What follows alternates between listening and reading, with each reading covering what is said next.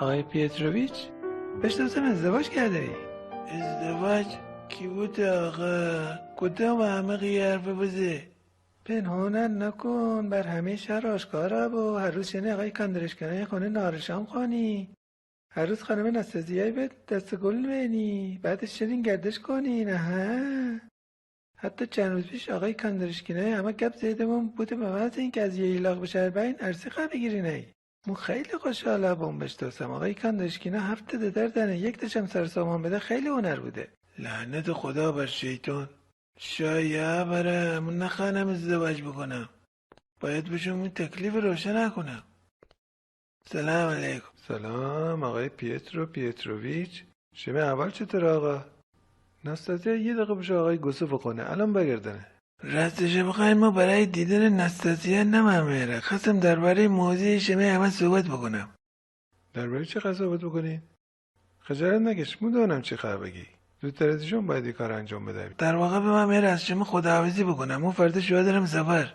یعنی چی شو دارم سفر؟ خیلی ساده میره اگه نمیشنم، خیلی هم از شما مهمون نوازی ممنونم.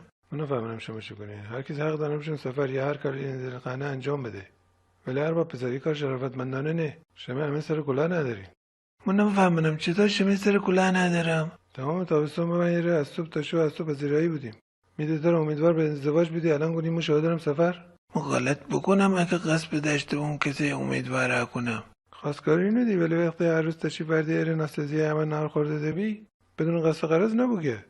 اگه شما نامزد نبوی ما اصلا اجازه ندارم هم دیگر همه غذا بخورین. اصلا شرافتمندانه نه، بفهمین خواستگاری بکنین. نستازی دختر خوب و محترمی است ولی اما از نظر افکار و عقاید همدیگر همه توافق ندارن. همین. آقا بلم ایستر مگه تینی زنی پیدا بکنی که از نظر افکار و عقاید خوش مردم مرسان بگن. شما جوانان تئوریه پیش کشیدین که دود از آدم کله سر بلند نبنه. الان از نظر افکار و عقاید همخوانی ندارین ولی در آینده همه چی درست بنه. یک تا خیابان وقتی تازه سنگ فرش کنن کلی پسی بلندی داره ولی بعد مدتی که رفته آمد به اون نرم و صافه بنه. شما درست کنی ولی مو لیاقت نستازی خانم ندانم. لیاقت دانی چرا نگو؟ شما می ایمون نقص ندانی، من خیلی فقیرم. اشکال نداره کار کنی حقوق اگینی. آخه مو تحمل خمرم. نه ما هرگز شما رو ندیم مسته کنین. نه من آدم جوان با مشروب نخوره که من خودم در جوانی گاهی افراطم بودم. زندگی همینه ده. شما ندانی ما آخر سیامستی شروع کنم به داد و فریاد ای موروسیه. مو باور نکنم آدم سرخ سفیدی شما مرستن دامل خمر رو. اصلا باور نکنم. اوه عجب گیری دکتم بابا.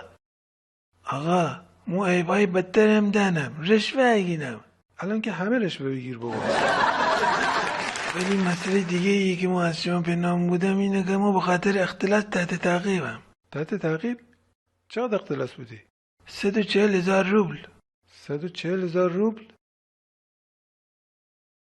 اگه تا بگیرم به سیبری تبریده بنی. میدتر آینده نابود بنه. دقیقاً.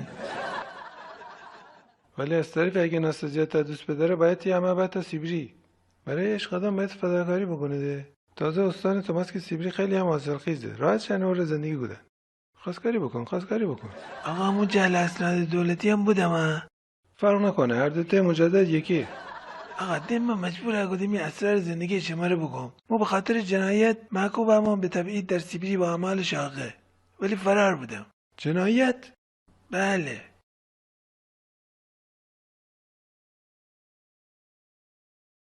الان بفهمید مکیسم؟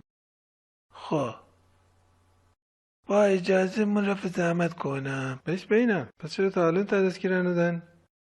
می اسم عوض اگودم ده من نن ما بشناسن. پس تو تینی تا آخر هم زندگی بکنی. تو الان آدم شرافتمندیسی از کار خودم پشیمان نبایی. هر چه باد عرضی بکنین. آقا مو اصلا دیوانم. شما حاضرین چه داره یک دیوانه همه ازدواج بکنه؟ اینه که باور نکنم. آدم دیوانه من نیتون منطقی صحبت بکنه. پس شما چیزی از دیوانن ندانینده؟ ساعت معینی در روز دیوانن تورتور بازی داره بینن، در بقیه روز خیلی عادی مثل مردم معمولی رفتار کنن. نه ما اصلا باور نکنم. آقا ما از دکتر شما به تصدیق بینم. اگه دکتر تصدیق ده قبول کنم ولی شما حرف باور نکنم. آقا ما نیم ساعت شنم تصدیق هگینم وگردنم. با اجازه. حسن تب و شوره، خسته بابا از این زندگی. تو خسته ببی؟ ایسه طلبکار همیسی؟ آقای دکتر فیتیوف. بله؟ معذرت خواهم دکتر جون، بعد موقع مزاحمه بام. نه خواهش کنم بفرما. آقا دستم به دامد، من خانم به زور دامد کنن. بی زحمت یک تصدیق دیوانگی مهدی بوشو میشان نشان بدیم تا دست از سرمو بگیرن. تو نخوانی ازدواج بکنی؟ نه دی دکتر جون، بس چی گوته دارم شمارگه؟ در این صورت ما حاضر نیم تا تصدیق دیم، چون آدمی که حاضر به ازدواج نمنه دیوانه نه، بلکه عاقل ترین آدم روی زمینه. آقای دکتر، هر وقت تصمیم بیتی ازدواج بکنی برمو تا تصدیق دیوانگی هده.